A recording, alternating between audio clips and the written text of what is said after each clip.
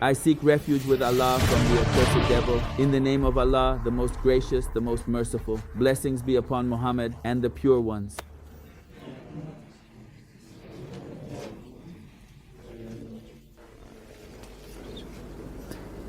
We continue with the emotional intelligence class.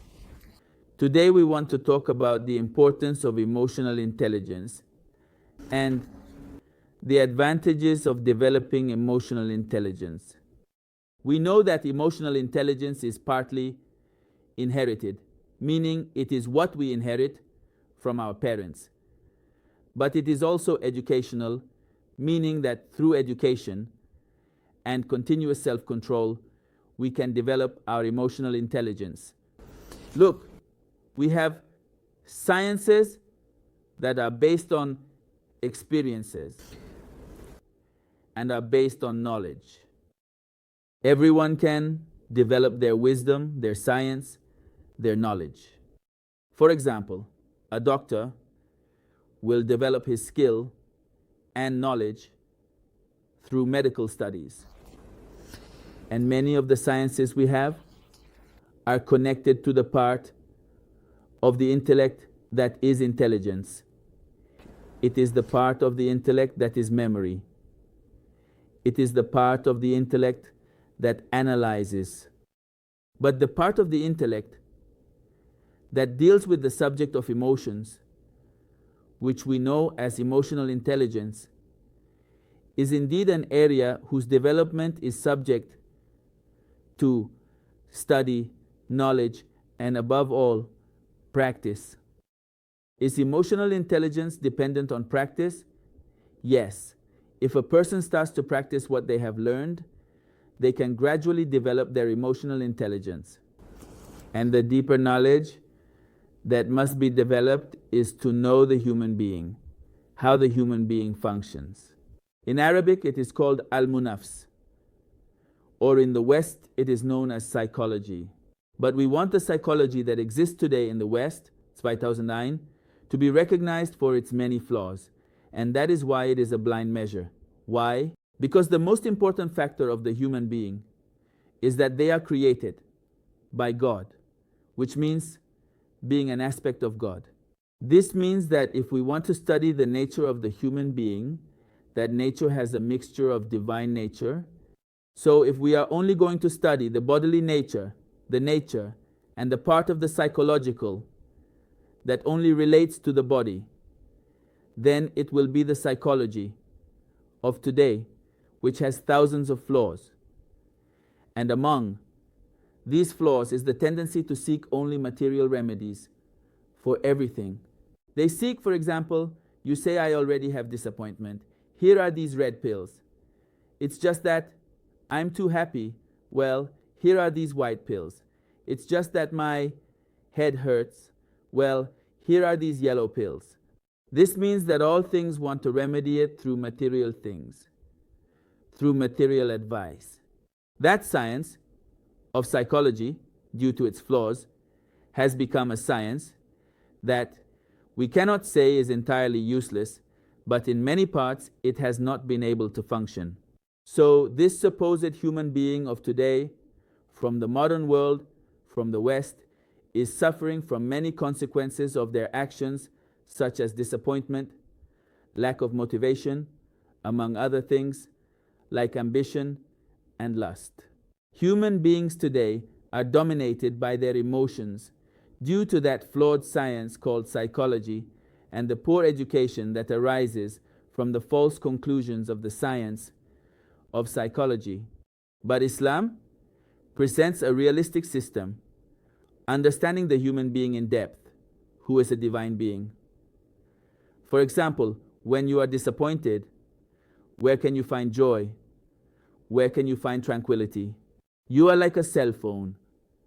When you connect to electricity, it gives you light and energy.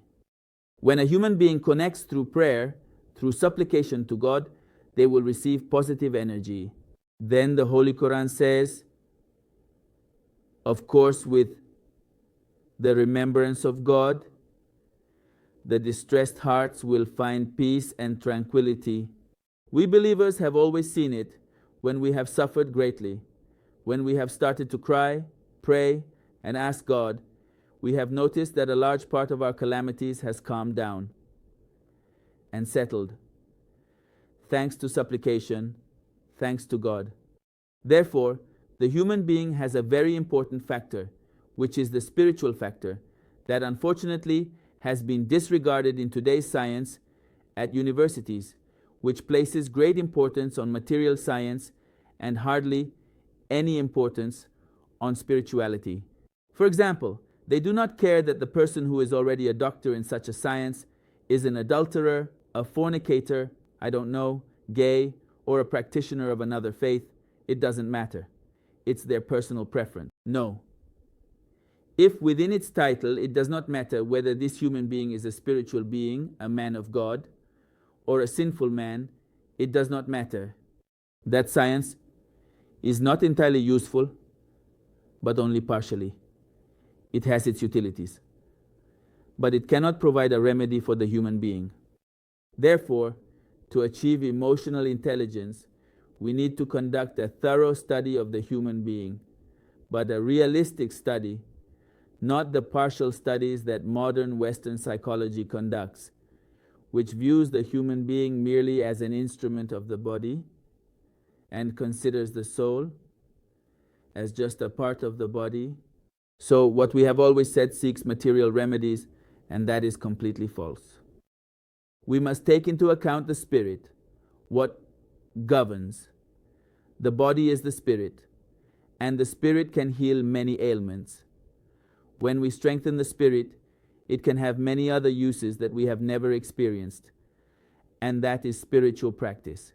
And thanks to God, even in many religions, that part, the spiritual practices that consist of prayer, fasting, abstinence, etc., they still remain, and this provides a great opportunity for those who want to develop their spiritual, mental, and we can say their human ability. You will see that spiritual leaders are always the most influential, and when they study more and delve deeper into religious practice, an example of this is Ayatollah Sayyid Ali Khamenei, a leader who is both sympathetic and wise, and is the most influential we know in the region, and even more so in the world. Which leader can you present to me who is more beloved and cherished? Does it sometimes not please many? It doesn't matter if you don't like it or I don't like it, it is a reality. Whether you like it or not is not going to change the reality. This is what more than 400 million Muslims around the world love and follow a person named Sayyid Ali Khomeini. He is a spiritual man who has learned the wisdom of how to manage the human being. Then young people will gladly fight by his side and love him from the heart. Look, brothers, that is what today's human being lacks. A heart that can love another and can guide another. This deeply developed skill of emotional intelligence can be studied in important personalities throughout history, such as the prophets. For example, the Prophet of Islam was a person, 2000, among those we have known, who had total and absolute mastery over his emotional intelligence. Whoever came to the Prophet of Islam, he would receive them with a smile, even if they had gone through all kinds of calamities. The Prophet of Islam always had a smile on his face. That means he could always be able to communicate effectively with people in the best way possible. In Islamic tradition, it is said that when a person saw the Prophet of Islam, the Prophet received them with such sympathy and respect, love, and appreciation that the person imagined he was the most beloved of the Prophet of Islam. This means having a developed emotional intelligence. It means that even if you are sad, your sadness does not dominate you. Even if you are angry, your anger will not dominate you. You and your intellect are indeed the ones directing you and your life. This is called emotional intelligence. What are the advantages of developing emotional intelligence? This is what, God willing, we will study next. Well, peace be upon you and the mercy of Allah.